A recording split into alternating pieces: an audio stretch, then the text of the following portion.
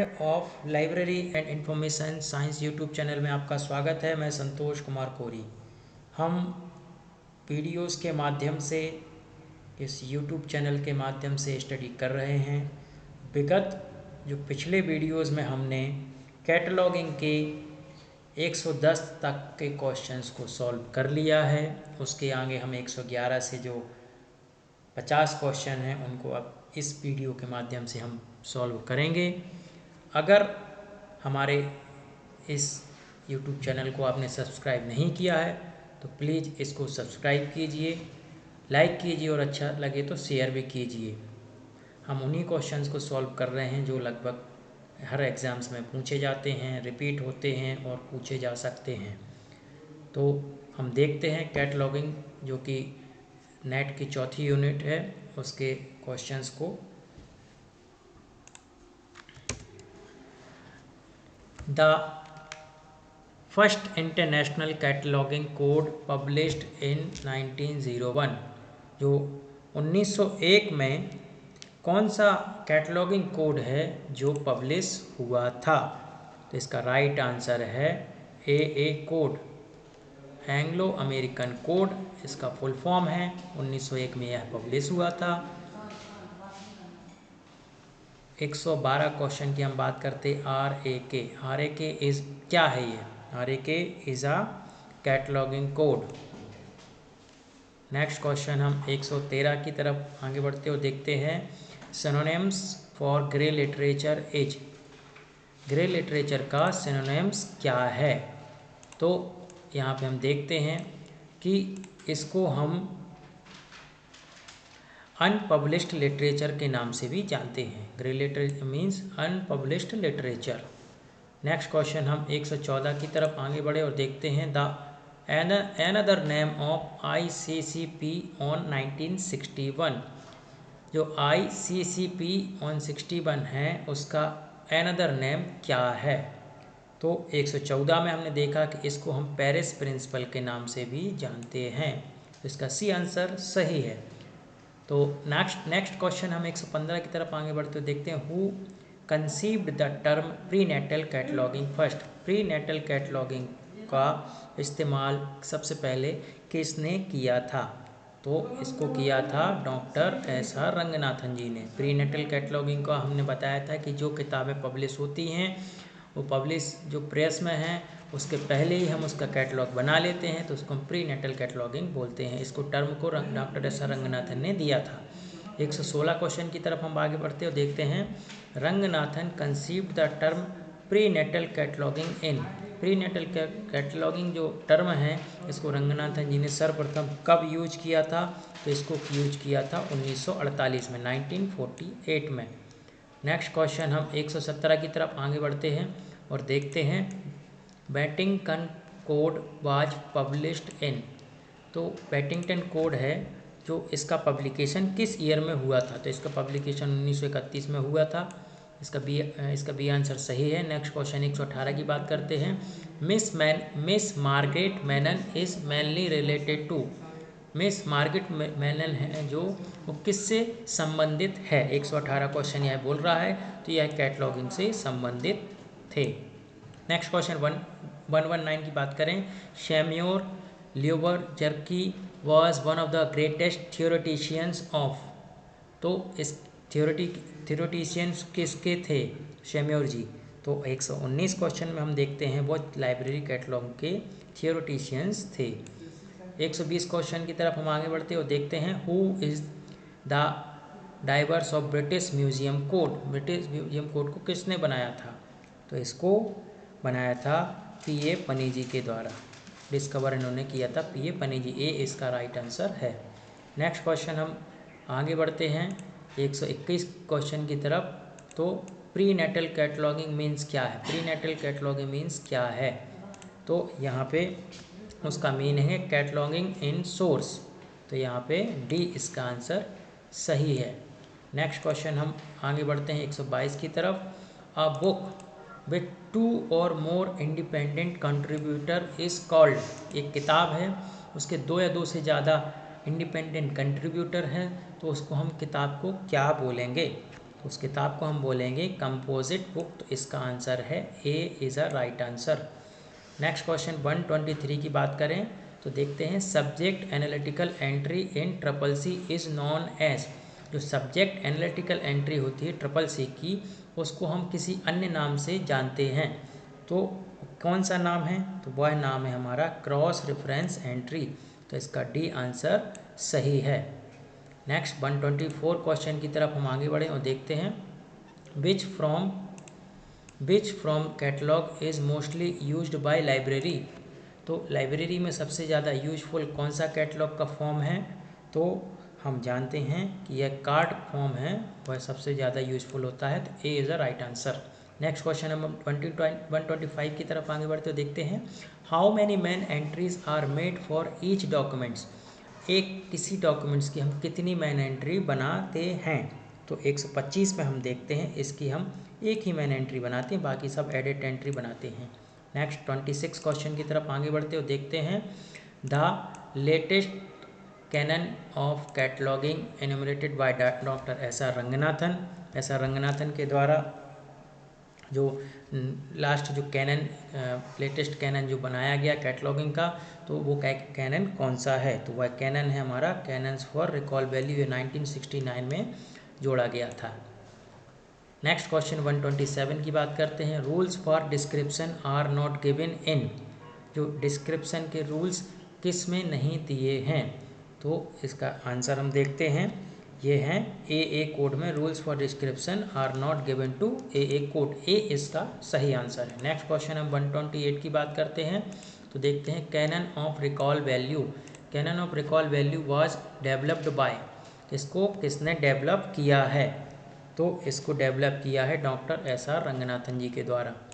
129 question की बात करते हैं cannons of consistency was developed by. Cannons of consistency developed by किसने किया है? तो इसको किया है डॉक्टर एस आर रंगनाथन ने। ए इसका आंसर सही है। नेक्स्ट क्वेश्चन हम according to ACCR2 University Grant Commission India will be rendered as. University Grant Commission India को हम किस प्रकार से लिखेंगे अकॉर्डिंग टू ACCR2? तो इसमें ऑप्शन में हम देखते हैं कि इसको हम बी के अनुसार लिखेंगे, India ministry of education university Grant commission. Next हम 131 क्वेश्चन की तरफ आगे बढ़ते हैं और देखते हैं prenatal cataloguing stand for यह क्या है? तो हम देखते हैं कि 131 में यह एक सिलेक्टिव कैटलॉगिंग है, यह सिलेक्टिंग कैटलॉगिंग है।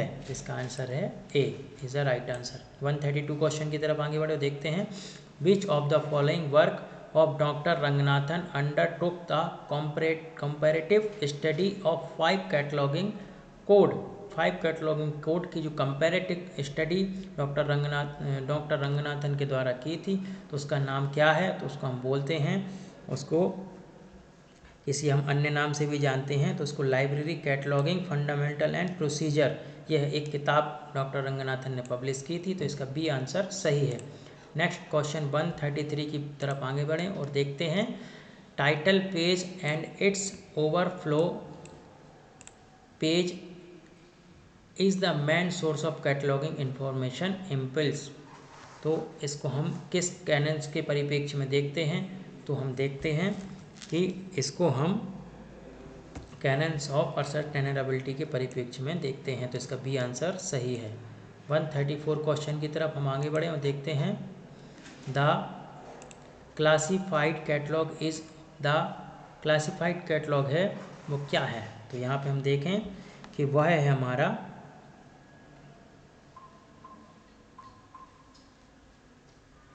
Title catalogue. ए इसका आंसर सही है। नेक्स्ट क्वेश्चन हम बात करते हैं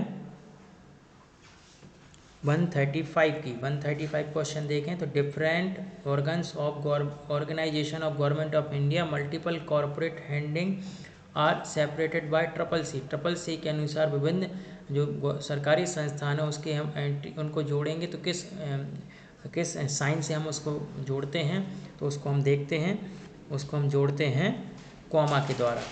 जो विभिन्न संस्थान के नाम आ रहे हैं तो उनको हम कॉमा के माध्यम से ऐड करते हैं। नेक्स्ट क्वेश्चन 136 की बात करते हैं। Shares list of subject heading is mainly used in, तो यह किस प्रकार की लाइब्रेरीज के लिए यूजफुल है shares list of subject heading, तो यह है स्मॉल लाइब्रेरीज के लिए यूजफुल है, ए इसका राइट आंसर है। 137 की तरफ आगे बढ़ते हैं और देखते हैं according to ACCR2 which information is not found in any catalogue entry. ACCR2 के अनुसार किस कैटलॉग कार्ड में हम किस प्रकार की एंट्री फाउंड नहीं कर पाते हैं, तो वो है हमारा price, D is a right answer. Next question 138 की बात करें। Which information is not found in publication on distribution area. Distribution area में पब्लिकेशन डिस्ट्रीब्यूशन एरिया में हम किस प्रकार की इन्फॉर्मेशन इनमें से हम प्राप्त नहीं कर पाते हैं, तो वह है हमारा पेजेस नहीं होता है। इम्प्रिंट सेक्शन जो होता है उसमें publisher, year of publisher name, year of publication और place of publication imprint section में रहता है, उसको हम इम्प्रिंट सेक्शन भी बोलते हैं। 139 बात करते 139 की, तो periodicals are entered under which of the following according to ACCR2।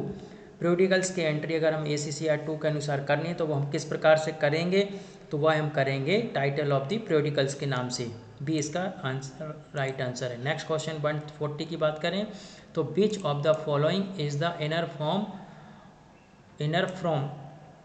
Form इनमें से कौन सा है, तो इनर फॉर्म हमारा होता है author catalogue.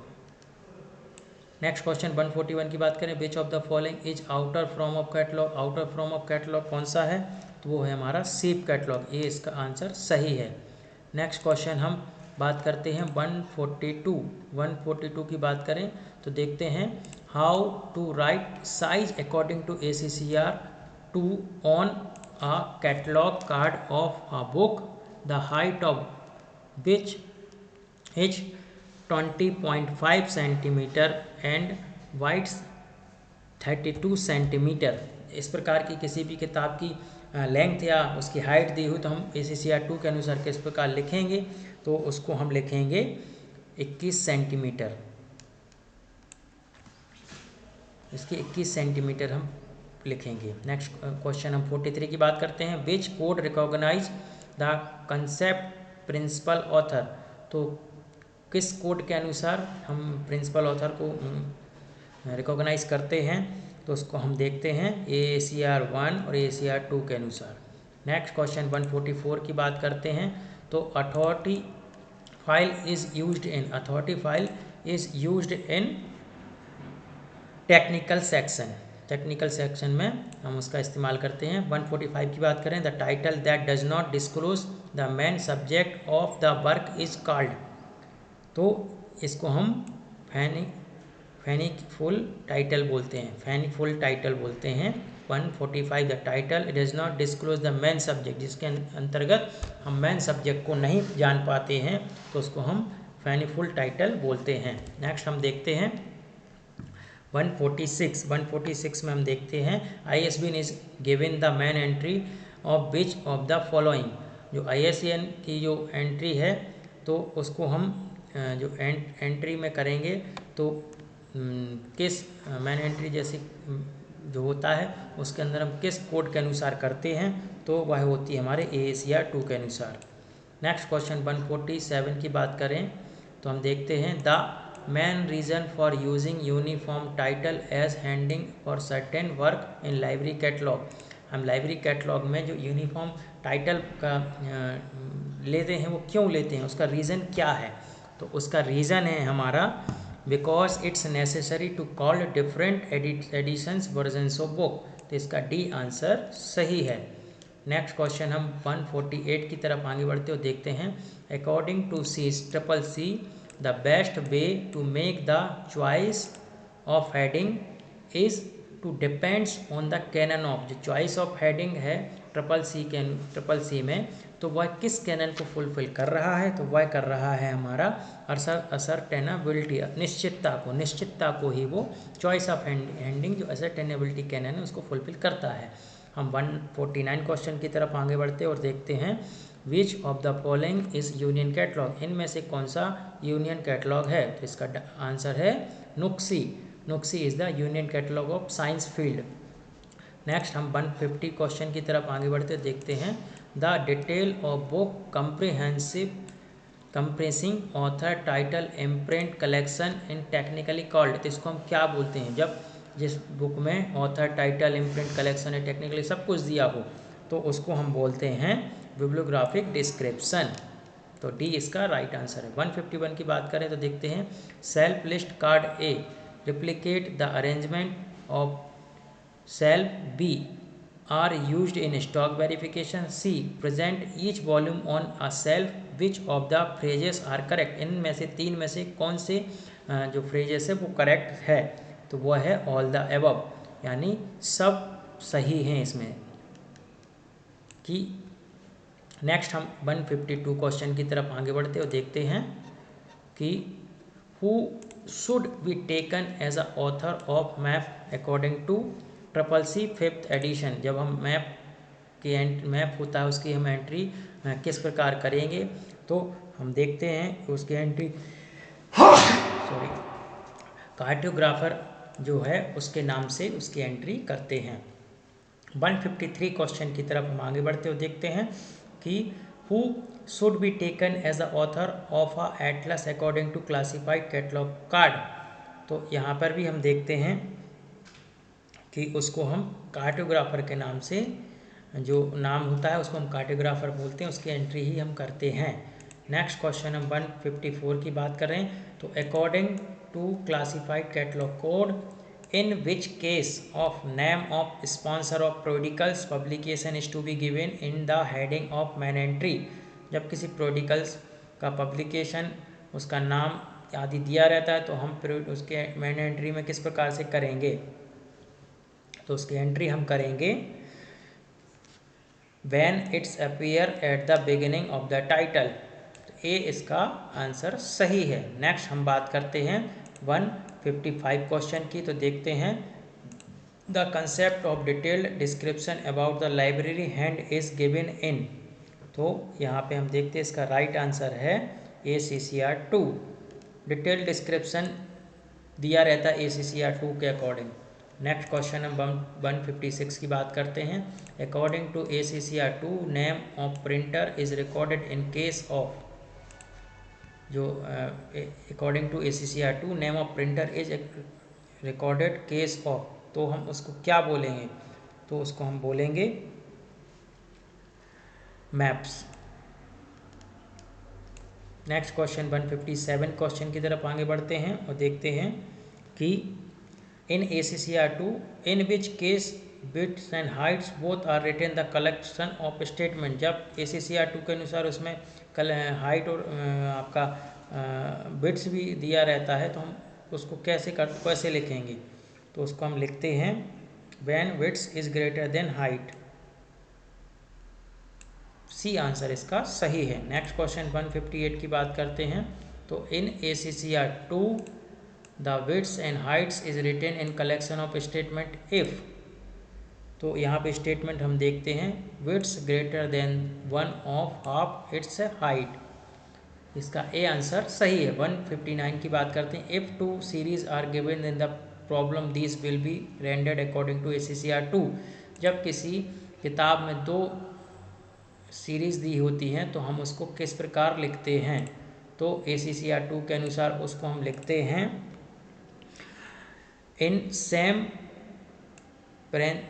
पेरेंट्सनेस this equal sign लगा के हम उसको लिख सकते हैं।